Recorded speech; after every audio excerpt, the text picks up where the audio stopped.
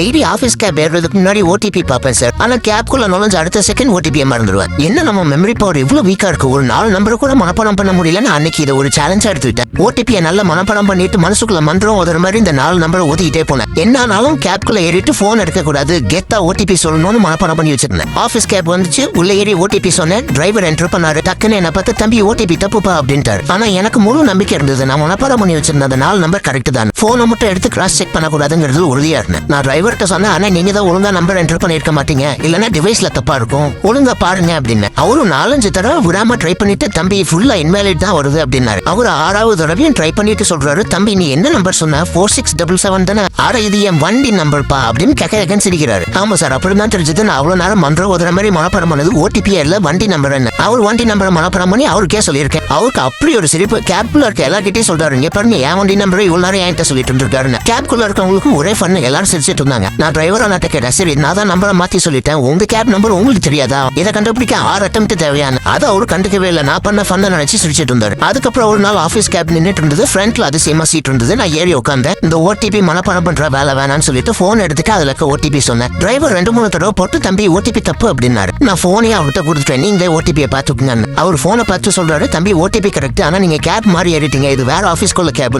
ஆமா சார், வேற ஆபீஸ்க்குள்ள கேப்ல ஏறி உட்காந்து ஓடிபி சொல்லிட்டு இருந்திருக்கேன். எப்பவும் அந்த டைம்ல அந்த நேரத்துல என் ஆபீஸ் கேப் தான் அங்க நிக்கும். அன்னைக்கு ஏன் அழகான நேரத்துக்குன்னு பார்த்து வேற ஆபீஸ்க்குள்ள கேப் வேற யாரையும் கூட்டு போறதுக்கு அங்க நின்றுருக்கு. நானும் உள்ள யார் இருக்கான்னு பார்க்காம ஃப்ரண்ட் சீட் காலியா இருக்குங்கிற ஆர்வத்துல கதவை திறந்து ஜம்முன்னு சீட் பெல்ட் எல்லாம் போட்டு போலாம் பிரைட் அப்படின்னு உட்காந்துருக்கேன். அன்னைக்கு அந்த கேப்குள்ள இருந்த எல்லாருக்கும் ஒரே ஃபன், எல்லாரும் சிரிச்சிட்டு இருந்தாங்க. ஹேவ் ஃபன் கைஸ் அப்படின்னு நானும் சொல்லிட்டு இறங்கிட்டேன். அதுக்கப்புறம் ஒரு நாள் நான் போய் வெயிட் பண்ணிட்டு இருந்தேன். கேப் வந்துச்சு. கேப்குள்ள அந்த மாதிரி தலையை விட்டு நல்லா பார்த்தேன். உள்ள எங்க ஆபீஸ் பசங்க தான் இருந்தாங்க. அதனால ஏறி உட்காந்து ஓடிபி சொன்னேன். இப்பவும் ஓடிபி தப்புங்கிறாங்க. என்னடா ரோதனையா போச்சு அப்படின்னு பார்த்தா பேரு என்னோட பேர் இல்ல, இன்னொருத்தரோட பேர் இருக்கு. எங்க அபார்ட்மெண்ட்ல இருந்து நானும் இன்னொருத்தரும் ஏறுவோம் சார். 2 பேருக்கும் எப்பவும் ஒரே கேப் தான் போடுவாங்க. அன்னைக்குன்னு பார்த்து எனக்கு ஒரு கேபும் அவங்களுக்கு ஒரு கேபும் தனித்தனியா போட்டு வச்சிருக்காங்க.